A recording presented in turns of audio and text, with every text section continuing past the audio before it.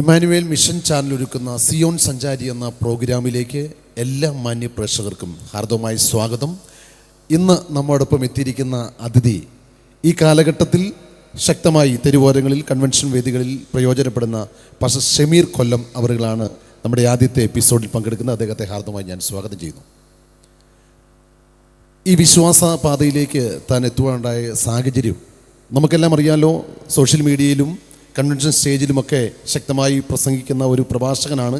എങ്കിലും ഒരിക്കൽ കൂടി ചോദിക്കുകയാണ്, ഈ വിശ്വാസ പാതയിലേക്ക് വരാനുണ്ടായ സാഹചര്യം ഒന്ന് വിശദീകരിക്കാമോ? Praise the Lord.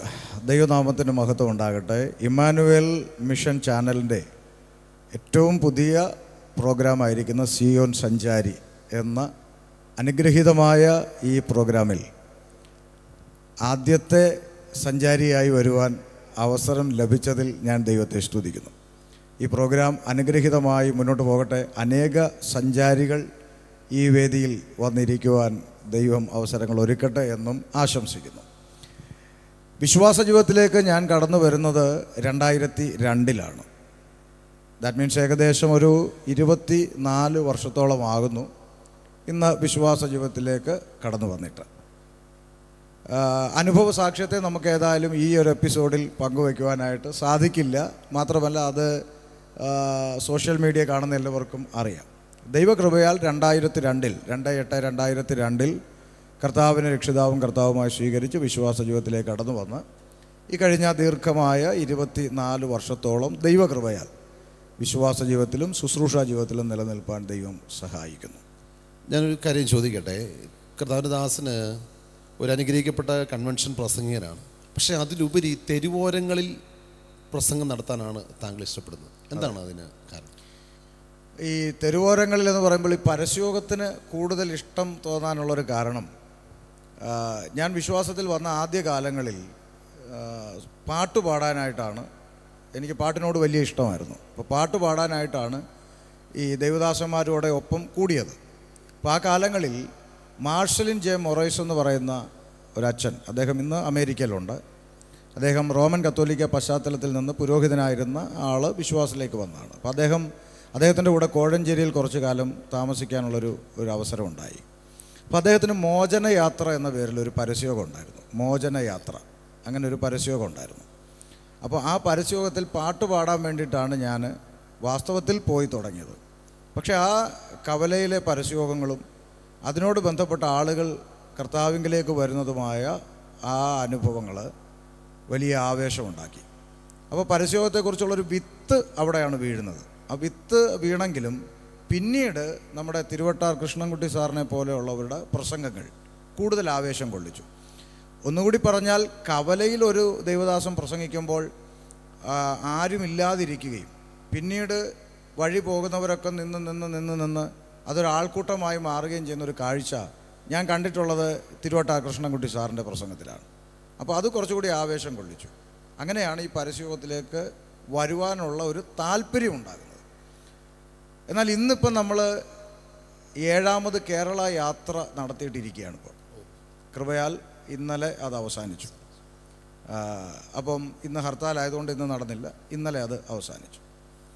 അപ്പോൾ ഈ 7 പ്രാവശ്യം കേരളം മുഴുവൻ സഞ്ചരിച്ച്, ഞങ്ങൾ സഹോദരന്മാർ ടീമായിട്ട് കേരളം മുഴുവൻ സഞ്ചരിച്ച് ഈ പരസ്യങ്ങൾ നടത്തിയിട്ടിരിക്കുകയാണ്. അപ്പോൾ ഇന്ന് അതിനെക്കുറിച്ച് പറയുമ്പോൾ നമുക്ക് വളരെ അഭിമാനത്തോടെ പറയാൻ സാധിക്കും. കാരണം ഈ പരസ്യങ്ങളിലൂടെ ഒത്തിരി ചെറുപ്പക്കാരെ ഈ വിശ്വാസ ജീവിതത്തിലേക്ക്, ദൈവത്തിങ്കലേക്ക് നടത്തുവാൻ കർത്താവ് നമുക്ക് അവസരം നൽകിയിട്ടുണ്ട്. അപ്പോൾ അതുകൊണ്ടാണ് നമ്മൾ കൂടുതലും പരസ്യയോഗത്തെ ഇഷ്ടപ്പെടുന്നത്. ഓക്കെ. ഈ പരസ്യയോഗം പ്രസംഗം പോലെ തന്നെ പെന്തക്കോസ്തുകാർ, ക്രൈസ്തവരുടെ പ്രസംഗങ്ങൾ വേദികളിൽ നടത്തിയാൽ പോരെ, പൊതുസമൂഹത്തിൽ പ്രസംഗിക്കുമ്പോൾ അതൊരു മതപ്രഭാഷണമായി മതപരിവർത്തനമാകാൻ സാധ്യതയില്ലേ? തീർച്ചയായിട്ടും മതപരിവർത്തനം എന്നുള്ള നിലയിലാണ് ആളുകൾ ഇതിനെ തെറ്റിദ്ധരിക്കുന്നത്. പക്ഷേ നമ്മൾ ബൈബിൾ പഠിക്കുമ്പോൾ ബൈബിളിൻ്റെ അകത്ത് യേശുക്രിസ്തു ഒരിക്കലും ഒരു മതത്തെക്കുറിച്ച് പഠിപ്പിക്കുകയോ ഇവിടെ ഒരു മതം സ്ഥാപിക്കപ്പെടണമെന്ന് പഠിപ്പിക്കുകയോ ഏതെങ്കിലും ആളുകളെ മതത്തിലേക്ക് ചേർക്കണമെന്ന് പഠിപ്പിക്കുകയോ ചെയ്തിട്ടില്ല. അങ്ങനെ ഒരു പഠനം യേശുക്രിസ്തു പഠിപ്പിച്ചിട്ടില്ല. പക്ഷേ ആളുകൾക്കിത് അറിയാത്തത് കൊണ്ട് അവരിതിനെ മതപരിവർത്തനം എന്നുള്ള നിലയിലാണ് കാണുന്നത്. ഒരു പരിധി വരെ എന്നോട് പലരും ചോദിച്ചിട്ടുണ്ട്, എന്താ പേര് മാറ്റാത്ത എന്താണെന്ന് ചോദിക്കാറുണ്ട്. ഷമീർ എന്ന പേര് എന്തുകൊണ്ട് മാറ്റുന്നില്ല ക്രിസ്ത്യാനിയായിട്ടെന്ന് ചോദിക്കാറുണ്ട്. അതിൻ്റെ ഉത്തരം തന്നെ ഇതാണ്. കാരണം ഞാൻ പേര് മാറ്റിയാൽ എന്നെയും മതം മാറ്റിയെന്ന് ചിന്തിക്കപ്പെടാൻ സാധ്യതയുണ്ട്. അപ്പോൾ എൻ്റെ പേരോ എൻ്റെ സർട്ടിഫിക്കറ്റോ എൻ്റെ മതമോ ഒന്നും മാറാൻ ബൈബിൾ എന്നോട് ആവശ്യപ്പെടുന്നില്ല എന്നുള്ളത് ഒന്നുകൂടി വ്യക്തമാക്കാൻ വേണ്ടിയാണ് ഞാൻ പേര് മാറ്റാതെ തുടരുന്നത്. അതെ, അങ്ങനെ തുടരുന്നത്. അപ്പോൾ തന്നെ പരസ്യോഗത്തിൻ്റെ ഈ പബ്ലിക്കിൽ എന്തിനു വേണം, അതായിരുന്നു ചോദ്യം. പബ്ലിക്കിൽ എന്തിന് എന്ന് ചോദിച്ചാൽ ഞങ്ങൾ മനസ്സിലാക്കിയൊരു യാഥാർത്ഥ്യം, ഇപ്പം നമ്മൾ ഒരു 2 ലക്ഷം 3 ലക്ഷം അല്ലെ 5 ലക്ഷം തുടങ്ങി.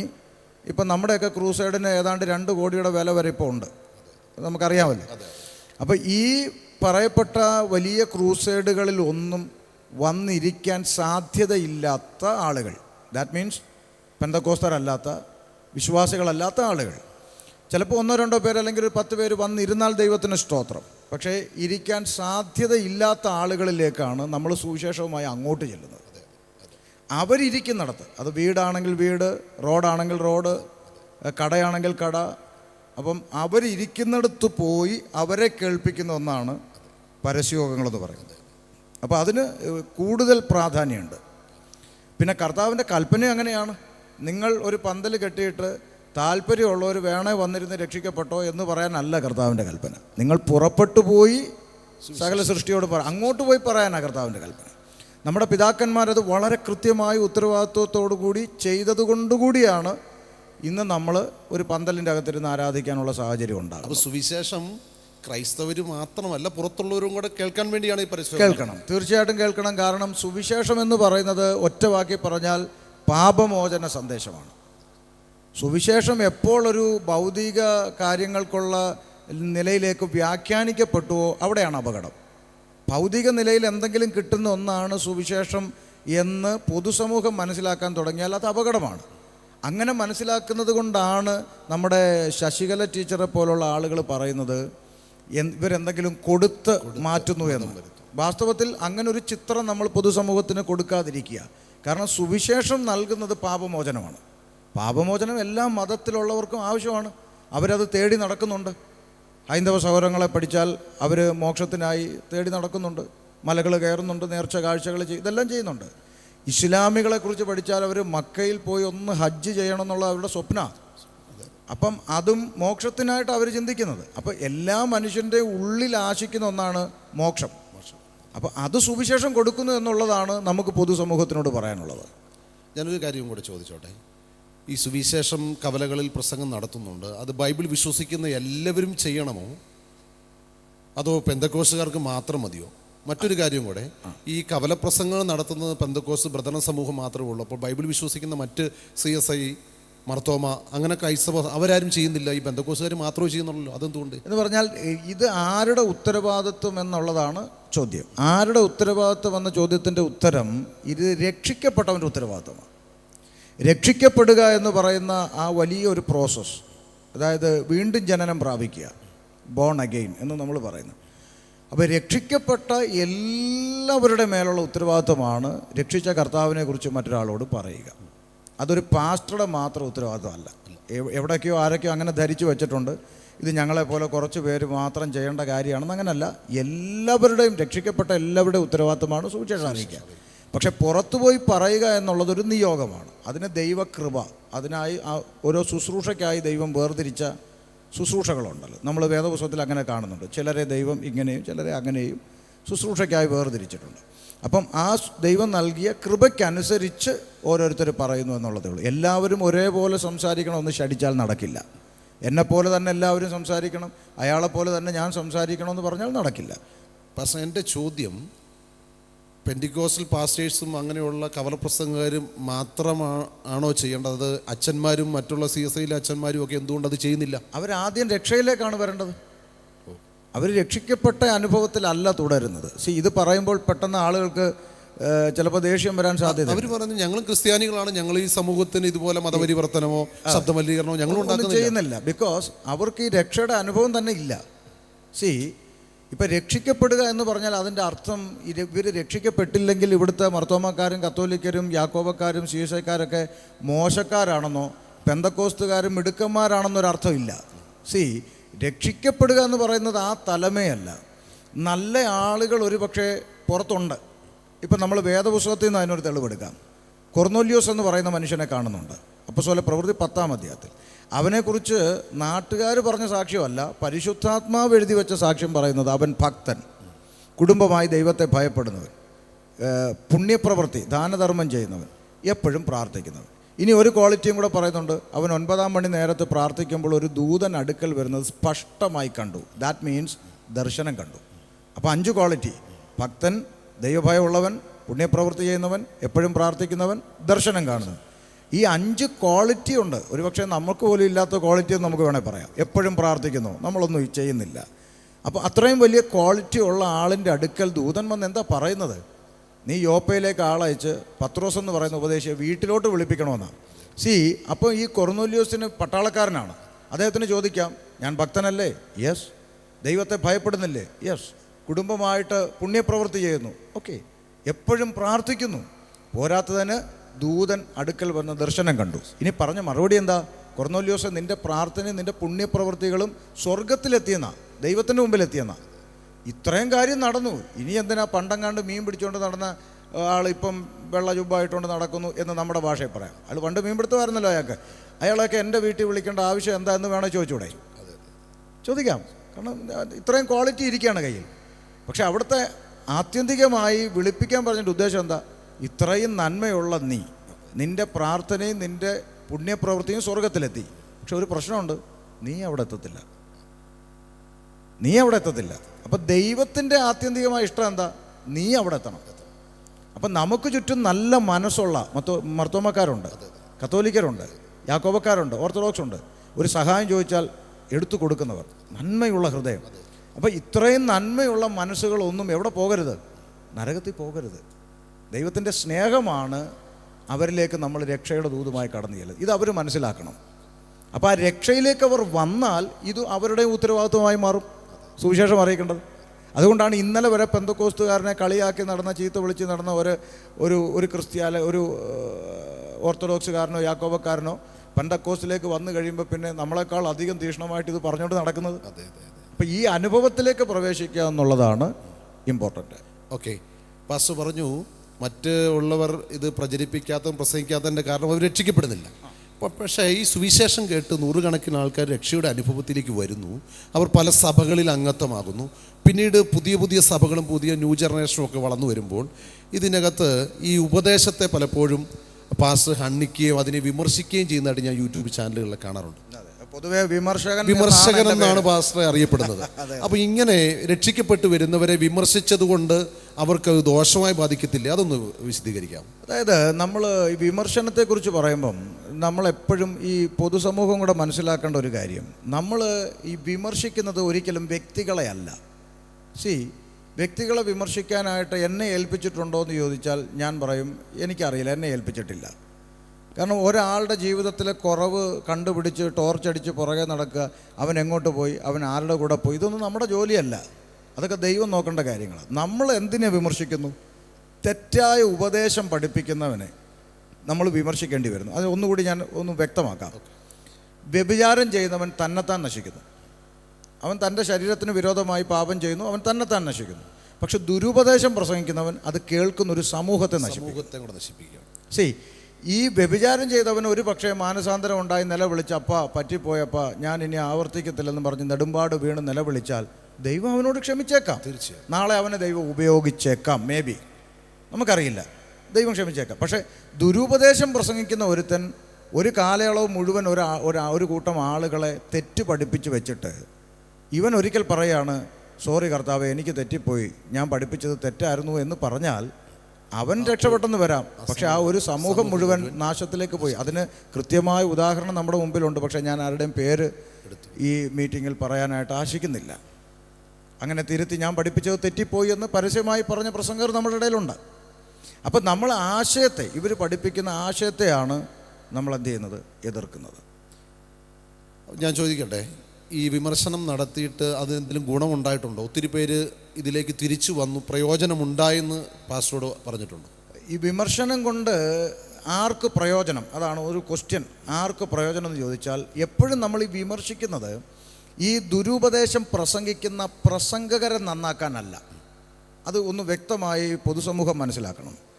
ചില ആളുകൾ ചോദിക്കാറുണ്ട്, നിങ്ങളിത് പബ്ലിക്കിൽ ഇങ്ങനെ വീഡിയോ ഇട്ട് പറയാതെ അവരെ ഫോൺ ചെയ്ത് അവരോട് പറഞ്ഞുകൂടെ എന്ന് ചോദിക്കാറുണ്ട്. അത് ഒരു നല്ല ക്വസ്റ്റ്യനാണ്. എന്തുകൊണ്ട് നമ്മൾ പബ്ലിക്കിൽ പറയുന്നു? ഇത് സമൂഹം കൃത്യമായിട്ട് മനസ്സിലാക്കണം. നമ്മൾ എന്തുകൊണ്ട് പബ്ലിക്കിൽ പറയുന്നു? ഒരാൾ എന്നോട് ചോദിച്ചു, ദാവീദ് തെറ്റ് ചെയ്തപ്പോൾ ദൈവം നാഥാൻ പ്രവാചകനെ ദാവീദിൻ്റെ അടുക്കൽ അയച്ച് നേരിട്ടാണ് പറഞ്ഞത്, അതെ അല്ലേ? അല്ലാതെ സോഷ്യൽ മീഡിയ കൂടെ വിളംബരം ചെയ്യുകയല്ലായിരുന്നു എന്ന് ഒരാൾ എന്നോട് പറഞ്ഞു. അത് ഒറ്റ വാക്കിൽ അത് കേൾക്കുമ്പം അത് ശരിയാണെന്നല്ലേ തോന്നുന്നത്? അതെ, തീർച്ചയായിട്ടും അങ്ങനെയല്ലേ തോന്നിയത്? അത് കറക്റ്റാണല്ലോ എന്നല്ലേ തോന്നി? പക്ഷെ ഞാൻ ചോദിക്കുക, ദാവീദിൻ്റെ അടുക്കൽ നാഥാനെ അയച്ച് നേർക്ക് നേരെ കാര്യം പറഞ്ഞ് തീർത്തു. പക്ഷേ ഇന്ന് ഈ 2026 ഒരു പുതിയ വിശ്വാസിക്ക് നിങ്ങളൊരു ബൈബിൾ കൊടുക്കുകയാണെങ്കിൽ ദാവീദ് ഊരിയാവിൻ്റെ ഭാര്യയുമായി ബന്ധം പുലർത്തിയ കാര്യം ആരറിയുന്നു? പുതിയ വിശ്വാസി അറിയുന്നു. അന്ന് പറഞ്ഞു വിട്ട കാര്യമാണ്. അപ്പം ഇന്നൊരു പുതിയ വിശ്വാസി കൂടെ ആ സംഭവം അറിയത്തക്ക വണ്ണം പുസ്തക രൂപത്തിൽ ഇത് എഴുതുവാൻ പരിശുദ്ധാത്മാവ് അനുവദിച്ചില്ലേ? അതെ, തീർച്ചയായിട്ടും. മനസ്സിലായോ ഞാൻ പറഞ്ഞു? മനസ്സിലായി. അപ്പം ദാവീദ് നേരിട്ട് പറഞ്ഞ വിഷയം ശരിയാ. പക്ഷെ ദൈവത്തിൻ്റെ നിലപാട്, ഇനി എൻ്റെ ഹൃദയപ്രകാരമുള്ളവനാണെന്ന് പറഞ്ഞാലും ചെയ്ത തെറ്റിനെ തെറ്റെന്ന് പറയുന്ന ഒരു ദൈവത്തെയാണ് നമ്മൾ വേദപുസ്തകത്തിൽ കാണുന്നത്. അവിടെ മുഖപക്ഷമില്ല. ഇപ്പം ഞാൻ വിശ്വസിച്ചിരുന്ന ബാക്ക്ഗ്രൗണ്ട് എന്ന് പറയുന്നത് ഇസ്ലാമിക ബാക്ക്ഗ്രൗണ്ടാണ്. ഒരു വരി ഇതിനോട് ചേർത്ത് പറയണം. അവിടെ ദൈവത്തിന് ഇഷ്ടപ്പെട്ട ഒരാൾ, അള്ളാഹുവിന് ഇഷ്ടപ്പെട്ട ഒരാൾ ഒരു തെറ്റ് ചെയ്താൽ, ഓക്കെ, അത് എൻ്റെ പ്രിയപ്പെട്ടവനായതുകൊണ്ട് ഞാൻ നിനക്കത് അനുവദിച്ച് തന്നിരിക്കുന്നു എന്ന് പറഞ്ഞ് ഉടനെ ഒരു സൂക്തം ഇറക്കി സംരക്ഷിക്കുക. ഈ പുസ്തകത്തിൽ ദൈവം അങ്ങനല്ല. ഇവിടെ ഇനി എൻ്റെ ഹൃദയപ്രകാരമുള്ളവനാണെന്ന് പറഞ്ഞാലും ഇവിടെ തെറ്റ് ചെയ്താൽ അത് തെറ്റാണെന്ന് പറയുകയും ശിക്ഷിക്കുകയും ചെയ്യുന്ന ദൈവത്തെയാണ് ഇവിടെ കാണുന്നത്. അപ്പോൾ ഇത് നേരിൻ്റെ വഴിയാണ്. അതൊന്ന്. ഇനി ഫോണിൽ വിളിച്ച് പറഞ്ഞുകൂടെ എന്ന ചോദ്യത്തിൻ്റെ മറ്റൊരു ഉത്തരം കൂടെ ഉണ്ട്. പാസ്റ്റർ പേര് സുമിത്ത്. ഞാൻ ചോദിക്കുക, ഇപ്പോൾ സുമിത്ത് എന്ന് പറയുന്ന ഒരു വ്യക്തി ഒരു സഭ നടത്തുന്നു. ആ സഭയിൽ സുമിത്ത് എന്ന് പറയുന്ന പാസ്റ്റർ ഒരു ദിവസം, നിങ്ങൾ കഷ്ടപ്പെട്ട സഭയാണ്, താങ്കൾ കഷ്ടപ്പെട്ട് താങ്കൾ അധ്വാനിച്ച് നേടിക്കൊണ്ടുവന്ന വിശ്വാസികളാണ്, ഇതിൽ ഷമീറിന് പങ്കൊന്നുമില്ല. നിങ്ങൾ കഷ്ടപ്പെട്ട് അധ്വാനിച്ച് നേടിക്കൊണ്ടുവന്ന ഒരു 10-50 പേരടങ്ങുന്ന ഒരു സഭയിൽ സുമിത്ത് പാസ്റ്റർ ഒരു ഞായറാഴ്ച പറയുകയാണ്, എനിക്കൊരു നിയോഗമുണ്ട്, ഇന്ന് നമുക്കെല്ലാവർക്കും തലകുത്തി നിന്ന് ആരാധിക്കണം.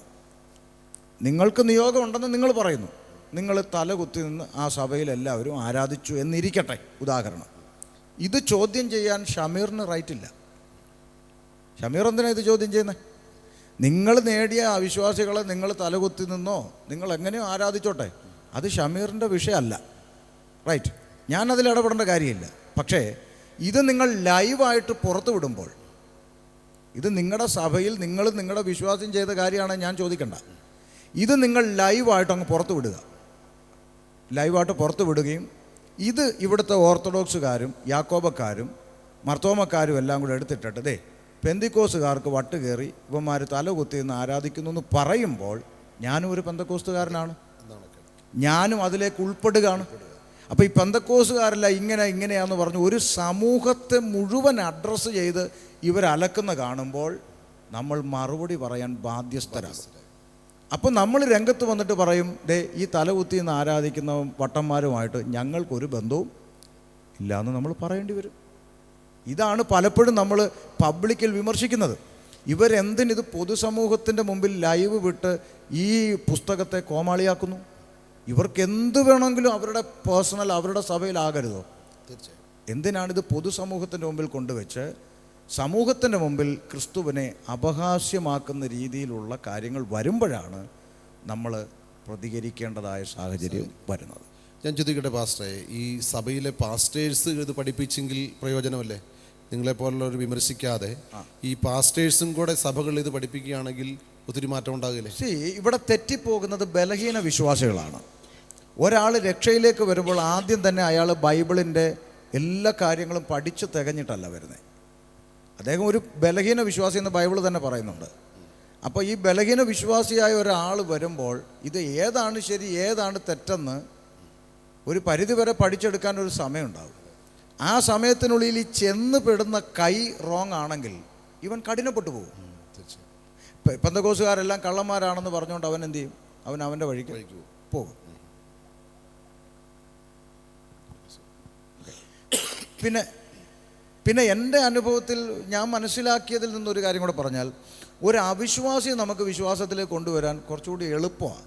പക്ഷേ ഇതിൻ്റെ അകത്ത് വന്നിട്ട് പിന്മാറിപ്പോയ ഒരുത്തനെ കൊണ്ടുവരിക എന്ന് പറയുന്നത് അത്ര പോസിബിൾ അല്ല.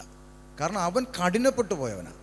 ഇതിൻ്റെ അകത്ത് ഇതൊരു കൊച്ചു സ്വർഗമാണെന്ന് വിശ്വസിച്ച് ഇങ്ങോട്ട് വരികയും ഇതിൻ്റെ അകത്ത് നിന്ന് തിക്തമായ അനുഭവങ്ങളും മുറിവുകളും ഏറ്റുവാങ്ങി അവൻ പോകുമ്പോൾ അവൻ പിന്നെ പെന്തക്കോസുകാരെല്ലാം ഇങ്ങനെയാണെന്ന് പറയുന്ന ഒരു സ്റ്റേറ്റ്മെൻറ്റുമായിട്ട് അവൻ രംഗത്ത് വരും. പക്ഷേ സത്യം എന്താ? അവൻ നല്ല കയ്യിൽ ഇതുവരെ പെട്ടിട്ടില്ല. അവൻ ചെന്ന് പെട്ടത് മൊത്തം ഈ ഉടായ്പിൻ്റെ കയ്യിലായിപ്പോയി, തെറ്റായ സ്ഥലങ്ങളിൽ ചെന്ന് വിടുന്നു. എക്സാക്ട്ലി. അപ്പോൾ ശരിയായ പഠിപ്പിക്കൽ. ഇപ്പോൾ ഈ കഴിഞ്ഞ ദിവസം ഒരാൾ ചോദിച്ചു, പക്ഷേ അങ്ങനെയാണെങ്കിൽ ഞങ്ങൾ ഏത് ചർച്ചിൽ പോകണം അതൊന്ന് പറഞ്ഞതാ എന്ന് ചോദിക്കുക. നമുക്കൊരു ഇന്ന ചർച്ചിൽ നിങ്ങൾ പോകുന്നത് നമുക്ക് പറയാൻ സാധിക്കുന്നില്ല. അപ്പം ഞാൻ എന്താ പറയുകയെന്ന് വെച്ചാൽ, ഞാൻ പറയും നിങ്ങൾ എവിടെ വേണമെങ്കിലും പൊക്കോ, പക്ഷേ ഒറ്റ കാര്യം, നിങ്ങൾ പോകുന്ന ചർച്ചിൽ നിത്യതയെക്കുറിച്ചുള്ള പഠിപ്പിക്കലുണ്ടായിരിക്കണം. കാരണം ശിഷ്യന്മാർ കർത്താവിനോട് പറയാ, നിന്നെ വിട്ടിട്ട് ഞങ്ങൾ എവിടെ പോകും? എന്താ കാര്യം? നിത്യജീവൻ്റെ മൊഴികൾ നിൻ്റെ പക്കലാണ് ഉള്ളത്. അപ്പം നിത്യതയെക്കുറിച്ചുള്ള പഠിപ്പിക്കൽ ഇല്ലാത്തതൊന്നും ദൈവസഭയാണെന്ന് നമുക്ക് പറയാൻ സാധിക്കത്തില്ല, അത് ഏത് സംഘടനയായാലും. അപ്പോൾ ഈ പൊതു പ്രസംഗങ്ങളിൽ ഇങ്ങനെയുള്ള സഭകളിൽ പോയിക്കൂടെ എന്നും കൂടെ പഠിപ്പിച്ചുകൂടെ? എങ്ങനെയുള്ള സഭകൾ? രക്ഷിക്കപ്പെട്ട് പാസ്റ്റർ പൊതുസ്ഥലങ്ങളിൽ പ്രസംഗം നടത്തുന്നു. അതെ. ആ പ്രസംഗം കേട്ട് ഒരുവൻ യേശുവിൽ വിശ്വസിച്ച് വരുമ്പോൾ അവൻ എവിടേക്ക് പോകണമെന്നുള്ള മാർഗം കൂടെ കാണിച്ചു കൊടുക്കണ്ടേ? ഏത് സഭയിൽ പോകണം? തീർച്ചയായിട്ടും നമ്മളുടെ അടുക്കൽ രക്ഷയിലേക്ക് വരുന്ന ആളുകളെ നമുക്ക് മിനിമം ബോധ്യമുള്ള നല്ല കൈകളിൽ നമ്മൾ എത്തിക്കാറുണ്ട്. ഒരു കൾട്ടുകളിൽ പോയി പെടാതെ ഒരു നല്ല കൈകൾ എത്തിക്കാറുണ്ട്. പിന്നെ ഒരു വിഷമം നമ്മൾ പരസ്യമായി സമ്മതിക്കേണ്ടി വരുന്നത് എന്തെന്ന് ചോദിച്ചാൽ, ഇപ്പോഴും നമ്മുടെയൊക്കെ അടിസ്ഥാനപരമായ ചർച്ചുകളിൽ മത്തായും മർക്കോസും ലൂക്കോസും യോഹനാനും വിട്ട് അപ്പുറത്തോട്ട് പോകുന്നില്ലെന്നുള്ളതൊരു വിഷമമാണ്. ഇവർ തന്നെയും പിന്നെയും മത്തായി മർക്കോസും ലൂക്കോസും യോഹന്നാൻ, രക്തസ്രാവക്കാരിയെ വിടുവിച്ച ദൈവം, നയ്യൻ്റെ പട്ടണത്തിൽ വിധവയെ ഉയർപ്പിച്ച ദൈവം, കാണാതെ പോയ ദ്രഹ്മ കണ്ടുപിടിച്ച ദൈവം എന്ന് പറഞ്ഞ് വിറപ്പിക്കുക. ഇതിൻ്റെ അപ്പുറത്ത് ലേഖനങ്ങളെന്ന് പറയുന്നൊരു സംഗതിയുണ്ട്. ഈ ലേഖനങ്ങൾ പഠിപ്പിക്കുമ്പോഴാണ് പ്യൂരിഫൈയിലേക്ക് നടത്തപ്പെടുന്നത്. ക്ലിയറായ ഉപദേശം, ക്ലിയറായ ജീവിതം, ഇതെല്ലാം അവിടെ കിടക്കുക. പകല് സമയത്തെന്ന പോലെ നാം ജീവിക്കണമെന്ന് പറയുന്ന പഠനം അവിടെ കിടക്കുക. ഈ പഠനം പലപ്പോഴും ഈ വിശ്വാസികൾക്ക് കിട്ടുന്നില്ല. അതുകൊണ്ടാണ് ഇവർക്ക് ശരിയായത് എന്തെന്ന് മനസ്സിലാക്കാൻ പറ്റാത്തത്. അപ്പോൾ വിമർശനം കൊണ്ട് സഭയ്ക്ക് ഗുണമാണ് ഉണ്ടാകുന്നതാണ് പാസ്റ്റർ? വിമർശനം കൊണ്ട് എന്ത് ഗുണം എന്നുള്ളതിന് ഒറ്റ വാക്കി പറഞ്ഞാൽ, പുതിയ വിശ്വാസികൾ തെറ്റിപ്പോകാതിരിക്കും. ഞാനൊരു ഉദാഹരണം പറയാം. ഞാൻ ഒരു വ്യക്തിയെക്കുറിച്ചൊരു വിമർശന വീഡിയോ ഞാൻ ഇട്ടു. വീഡിയോയിൽ ഞാൻ പേര് പറയുന്നില്ല. അദ്ദേഹം പഠിപ്പിക്കുന്ന പഠനങ്ങൾ ബൈബിൾ പ്രകാരം തെറ്റാണെന്ന് വചന സഹിതം പ്രൂഫ് ചെയ്ത് ഞാൻ പഠിപ്പിച്ചു എൻ്റെ ചാനലിൽ. അതെന്നെ ഫോളോ ചെയ്യുന്ന ആളുകൾക്ക് കാണാൻ വേണ്ടി ഞാൻ എൻ്റെ ചാനലിൽ പഠിപ്പിക്കും. ഇത് കഴിയുമ്പോൾ ഒരു കുടുംബം കോണ്ടാക്ട് ചെയ്തിട്ട് പറഞ്ഞു, പാസ്റ്ററെ, അടുത്ത ആഴ്ച ഈ പറഞ്ഞ വ്യക്തി ഞങ്ങളുടെ വീട്ടിൻ്റെ അടുക്കൽ 3 ദിവസത്തെ മീറ്റിങ്ങിന് വരുന്നുണ്ട്. അപ്പം ഞങ്ങൾ ഫാമിലി ആയിട്ട് അവിടെ പോകണം എന്ന് പ്ലാൻ ചെയ്തിരിക്കുമായിരുന്നു. അപ്പോൾ ദൈവത്തിൻ്റെ കൃപ പോലെ പാസ്റ്റർ മെസ്സേജ് ഞങ്ങൾ കാണുന്നത്, കർത്താവേ, ഞങ്ങൾ ഈ ചതിപ്പെടാതെ രക്ഷപ്പെട്ടു. നമ്മളിത്രേ ആശിക്കുന്നുള്ളൂ. ഇപ്പം നമ്മൾ യാത്ര ചെയ്ത് പോകുമ്പോൾ ജംഗ്ഷനിൽ ഒരു പെട്രോൾ പമ്പിൽ നമ്മൾ എത്തുമ്പോൾ അവിടെ ഒരുത്തൻ കൊട്ടുപടിയോ ചുറ്റികയായിട്ട് നിൽക്കുക, ഒരു റിപ്പർ വരുന്ന ആളുകളുടെ എല്ലാം തലമണ്ടക്കെട്ട് അടിച്ച് കൊല്ലുക എന്ന് പറയുന്ന ഒരുത്തൻ നിൽക്കുക. അപ്പോൾ നമ്മൾ ഇത് പബ്ലിക്കിനോട് വിളിച്ചിട്ട്, നിങ്ങളാരും ഇന്ന പമ്പിൻ്റെ അടുത്തുകൂടെ പോകുമ്പം ഒരുത്തൻ വന്ന് മുട്ടിയാൽ നിർത്തരുത്, അവൻ ഗ്ലാസ് തുറക്കരുത്, തുറന്നാൽ അവൻ തലക്കടിക്കും, ചത്തു പോകുമെന്ന് പറയേണ്ടതിന് പകരം നമ്മൾ ഈ റിപ്പറും കൊണ്ട് നിൽക്കുന്നവനെ വിളിച്ചിട്ട് നമ്മൾ പറയാം, ബ്രദറെ, ചുറ്റിയൊക്കെ അടിക്കുന്ന മോശമല്ലേ സൗരൻ അങ്ങനെ ചെയ്യുന്നത് ശരിയാണോ എന്ന് ചോദിക്കുകയാണോ ചെയ്യേണ്ടത്? നമ്മൾ അവൻ്റെ ജോലി ഇത് അടിച്ചു കൊല്ലുക എന്നുള്ളതാണ്. അവൻ ഇനി നന്നാവുമെന്നുള്ള ധാരണ നമ്മുടെ മിഥ്യാധാരണയാണ്. പക്ഷെ അവൻ്റെ പിടിയിൽ പെടാതെ ഒരു കൂട്ടത്തെ നമുക്ക് രക്ഷിക്കാൻ പറ്റും. തീർച്ചയായിട്ടും ഇതാണ് നമ്മൾ വിമർശനം കൊണ്ടിവിടെ ഉദ്ദേശിക്കുന്നത്. അപ്പോൾ പാസ്റ്റർ രക്ഷിക്കപ്പെട്ട് സഭയിലേക്ക് വരുന്നവരെ ഉപദേശം നന്നായി പഠിപ്പിക്കുക എന്നൊരു വ്യക്തിയാണ്. അതെ, തീർച്ചയായിട്ടും നമ്മുടെ അറിവിലോ നമ്മുടെ കരങ്ങളിലോ വരുന്നവരെ ഇത്തരം വ്യാജങ്ങളിൽ, കള്ളപ്രവചനങ്ങളിൽ, രോഗശാന്തി തട്ടിപ്പുകൾ, ഇതൊക്കെ ഇവിടെ പ്രൂഫായിട്ട് നടക്കുന്നുള്ള കാര്യമാണ്. അപ്പോൾ ഇത്തരം തട്ടിപ്പുകളിൽ പോയി വീണിട്ട് ഇവർ ഹൃദയം കഠിനമായി തിരിച്ചു പോകാതെ ഇരിക്കാൻ നമ്മൾ പരമാവധി അവരെ ശരിയായ കൈകളിലേക്ക് എത്തിക്കുക ശ്രമിക്കുന്നുണ്ടാവുന്നിടത്തോളം. ഓക്കെ, അപ്പോൾ ഒരു ക്വസ്റ്റിനോട് ചോദിച്ചിട്ട് ഇത് അവസാനിപ്പിക്കാൻ. ഈ കഴിഞ്ഞ ദിവസം മുതൽ ആരംഭിച്ച് തിരുവനന്തപുരം മുതൽ കാസർഗോഡ് വരെ പരസ്യ പ്രഘോഷണം നടത്തി. അതെ, ഈ പരസ്യ പ്രഘോഷണം നടത്തി രക്ഷയിലേക്ക് ആളുകളെ ആഹ്വാനം ചെയ്യുകയും അതുപോലെ തന്നെ ബോധവൽക്കരണം കൂടെ നടത്തി. അതെ, ഇന്ന് ഒത്തിരി ചെറുപ്പക്കാരൊക്കെ മദ്യമയക്കുമരുന്നിന് അടിമപ്പെട്ട് അറും കൊലപാതകങ്ങൾ, പീഡനങ്ങൾ, കുറ്റകൃത്യങ്ങളൊക്കെ നമ്മുടെ നാട്ടിൽ വർദ്ധിച്ചു വന്നുകൊണ്ടിരിക്കുകയാണ്. അപ്പോൾ അതിനെതിരെയും കൂടെ പാസ്റ്റർ ബോധവൽക്കരണം നടത്തുന്നുണ്ട്. സഭയിൽ ഉപദേശപരമായിട്ട് ബോധവൽക്കരണം നടത്തുന്നത് പോലെ തന്നെ നമ്മുടെ സമൂഹത്തെയും കൂടെ പാസ്റ്റർ ബോധവൽക്കരണം തരുന്നുണ്ട്. അപ്പോൾ ഈ തിരുവനന്തപുരം മുതൽ കാസർഗോഡ് വരെ ബോധവൽക്കരണം നടത്തുകയും ഈ രക്ഷാ സന്ദേശം പകർന്നതിനെ കുറിച്ച് ഒരു അനുഭവം കൂടെ ഒന്ന് പങ്കുവയ്ക്കാം. അത് ഒരിക്കൽ ഇപ്പോൾ ഇത് 7ാമത്തെ കേരള യാത്രയാണ്. ഇതിന് 7 വർഷങ്ങൾക്ക് മുമ്പ്, 8 വർഷം, 1 വർഷം കൊറോണ കാലത്ത് നമ്മൾ യാത്ര ചെയ്തിട്ടില്ല. അപ്പോൾ അതിനു മുമ്പ് 8 വർഷങ്ങൾക്കപ്പുറത്ത് ഹൃദയത്തിൽ വന്നൊരു ചിന്തയാണ്, ഈ തന്നെയും പിന്നെയും ചർച്ചുകളിലായിരുന്നു പോയിക്കൊണ്ടിരുന്നത്. സാക്ഷ്യം പറയാനും ഉപവാസ പ്രാർത്ഥനയ്ക്കും ഒക്കെ ആയിരുന്നു സ്ഥിരം. അപ്പോൾ ഉള്ളിൽ ഇങ്ങനൊരു ചിന്ത പോകും, കർത്താവ് ഇത് അറിയാത്ത കുറേ ആളുകൾ കിടക്കുകയല്ലേ, അറിയാത്ത ആളുകൾ. അപ്പോൾ ഈ അറിയാത്തവരോട് പോയി പറയണ്ടേ. അപ്പം അങ്ങനെ പറയാൻ ഒരു ആശ ഉള്ളിൽ തോന്നി പ്രാർത്ഥിച്ചുകൊണ്ടിരുന്നപ്പോൾ ദൈവം തന്നൊരു നിയോഗമാണ് തിരുവനന്തപുരം മുതൽ കാസർഗോഡ് വരെ സഞ്ചരിച്ച് സുവിശേഷം അറിയിക്കുക. പക്ഷെ അതിന് ഒരു ഭൗതികമായ അടിസ്ഥാനമൊന്നും ആ കാലത്തില്ല. അപ്പം അന്ന് കയ്യിലുണ്ടായിരുന്നൊരു 2 വീലറാണ്, ബൈക്ക്. ആ ബൈക്ക് വിറ്റിട്ട് ചാടി ഇറങ്ങി, ബൈക്ക് വിറ്റ പൈസയും പോക്കറ്റ് വെച്ചുകൊണ്ട് തുടങ്ങിയാണ് 1ാമത്തെ കേരള യാത്ര. പക്ഷെ അത് കാസർഗോഡ് അവസാനിക്കുമ്പോൾ 1 രൂപ പോലും ബാധ്യത വരാതെ അത്ഭുതകരമായിട്ട് ദൈവം നടത്തി. ദൈവമക്കളിലൂടെ നടത്തിയെന്ന് തന്നെയാണ്. അതല്ലാതെ നമുക്ക് വേറെ ഇടവഴികളും കുറുക്ക് വഴിയൊന്നുമില്ല. ദൈവമക്കളിലൂടെ ദൈവം അത് അനുഗ്രഹമായിട്ട് നടത്തി. അപ്പോൾ നമുക്ക് ആവേശമുണ്ടായി. അപ്പോൾ അങ്ങനെ തുടർച്ചയായി ഈ 7 വർഷവും സഞ്ചരിച്ച് സുവിശേഷം അറിയിപ്പാനായിട്ട് കർത്താവ് നമുക്ക് അവസരം തന്നു. അപ്പോൾ അത് വലിയൊരു സന്തോഷം. അത് നമ്മുടെ കൂടെ ഒരു യാത്രയിൽ പങ്കെടുത്ത് കഴിയുന്ന ആളുകൾക്ക് അതിൻ്റെ സന്തോഷം മനസ്സിലാവും. പക്ഷെ അത്ര ഈസി അല്ല. പൊടിയും പുകയും ഒക്കെ സഹിക്കുക, ചീത്തവിളി കേൾക്കുക, ചിലയിടത്ത് തല്ല് കൊള്ളേണ്ട സാഹചര്യം ഉണ്ടാവുക എന്നൊക്കെ പറയുന്നത്. പക്ഷേ ഇതിനകത്ത് ഒരു പദം ദൈവദാസൻ പറഞ്ഞ പോലെ ഈ മദ്യം, മയക്കുമരുന്ന് ബോധവൽക്കരണം എന്ന് പറയുന്നൊരു സാധനം കൂടെ നമ്മൾ ഈ കാലഘട്ടത്തിൽ ഇതിൻ്റെ കൂടെ ആഡ് ചെയ്യുന്നത് കുറച്ച് നല്ല ഗുണം തരുന്നുണ്ട്. അതിൻ്റെ കാരണം സുവിശേഷം ഇഷ്ടപ്പെടാത്ത ആളുകളുടെ നടുവിലൊക്കെ ഞങ്ങൾ ഈ യാത്രകളുമായിട്ട് പോയിട്ടുണ്ട്. പക്ഷേ ഞങ്ങൾക്ക് ഈ കുഞ്ഞുങ്ങൾ ഇങ്ങനെ ഒരു വിഷയത്തിൽ അഡിക്റ്റായി പോകുന്നതും അത് നിമിത്തം ഉണ്ടാകുന്ന കുറ്റകൃത്യങ്ങളും ഒക്കെ പങ്കുവെക്കുമ്പം നല്ല സ്വീകരണം നമുക്ക് ലഭിക്കുന്നുണ്ട്. ഓക്കെ, നമ്മൾ സുവിശേഷം ആഡ് ചെയ്താണ് ഇത് അവസാനിപ്പിക്കുന്നതെങ്കിലും അത് ഇഷ്ടപ്പെടാത്ത ആളുകൾ വരെ ഇത്തരം സന്ദേശങ്ങൾ നിങ്ങൾ ഇനിയും ശക്തമായിട്ട് പറയണമെന്ന് പറഞ്ഞുകൊണ്ട് നമ്മളെ പ്രോത്സാഹിപ്പിക്കുന്നുണ്ട്. അവരാരും വിശ്വാസികളല്ല. പിന്നെ പരസ്യമായ ഹൈവേയിൽ, പരസ്യമായ റോഡിൽ ആളുകൾ സമർപ്പിച്ചു പ്രാർത്ഥിക്കുവാൻ വരുന്നു. ഒരു നാണവുമില്ലാതെ അവർ പ്രാർത്ഥിക്കാൻ വന്ന് നിൽക്കുന്ന അനുഭവങ്ങളൊക്കെ, അതൊന്നും നമുക്കൊരു വലിയ ക്രൂസൈഡിൻ്റെ അനുഭവത്തിൽ പോലും കിട്ടുമെന്ന് ഞാൻ പ്രതീക്ഷിക്കുന്നില്ല. അപ്പം അത്രയും നല്ല ഒരു എക്സ്പീരിയൻസ് ആണ് നമുക്ക് ഈ കേരളം. പിന്നെ ഒരു കാര്യം കൂടെ പറയാം, ഈ കേരളത്തിൽ ഇനി സുവിശേഷം അറിയിക്കേണ്ട ആവശ്യമുണ്ടോ എന്ന് ചോദിക്കുന്ന ആളുകളുണ്ട്. പക്ഷെ എനിക്കത് കേൾക്കുമ്പോൾ ഒരു സങ്കടമാണ്. കാരണം കോട്ടയം ജില്ല എന്ന് പറഞ്ഞാൽ നമ്മൾ ആദ്യം നമ്മുടെ മനസ്സിൽ വരുന്നത് എന്താ, ഒരു ക്രൈസ്തവ പട്ടണം എന്നല്ലേ. കോട്ടയം ജില്ലയിലെ പുഞ്ചവയൽ എന്ന് പറയുന്ന ആ ഭാഗങ്ങളിലേക്ക് ഞങ്ങൾ ഇതുപോലൊരു കേരള യാത്രയിൽ പോയപ്പം അവിടെ ഞങ്ങൾ ഒരു വീട്ടുമുറ്റത്തൊരു മുറ്റം കൺവെൻഷൻ വൈകിട്ട് നടത്തിയപ്പം കുറച്ച് ആളുകൾ പായും തലേണയൊക്കെ ആയിട്ട് വന്ന് അവിടെ പാവിരിച്ച് വെച്ച് തലേണയൊക്കെ ആയിട്ട് വന്ന് ഇങ്ങനെ ഇരിക്കുക പാട്ട് കേൾക്കാൻ. അപ്പോൾ നമ്മൾ പാസ്റ്ററോട് ചോദിച്ചു ഇതെന്താ സംഗതി. അപ്പം പാസ്റ്റർ പറഞ്ഞത് ഇവിടെ ഒന്നും അങ്ങനെ ഒരു സുവിശേഷ യോഗമോ സംഗതി നടന്നിട്ടില്ല, അവിടെ ഒരു ചർച്ചയും ഇല്ല അന്ന്, ഇപ്പോഴത്തെ കാര്യമല്ല അന്ന്. അപ്പം അവർ ഉത്സവത്തിന് അമ്പലപ്പറമ്പ് ഗാനമേളയ്ക്ക് പോകുന്ന ലാഘവത്തോടെ ഒരു പാട്ട് കേൾക്കാൻ വന്നിരിക്കുക.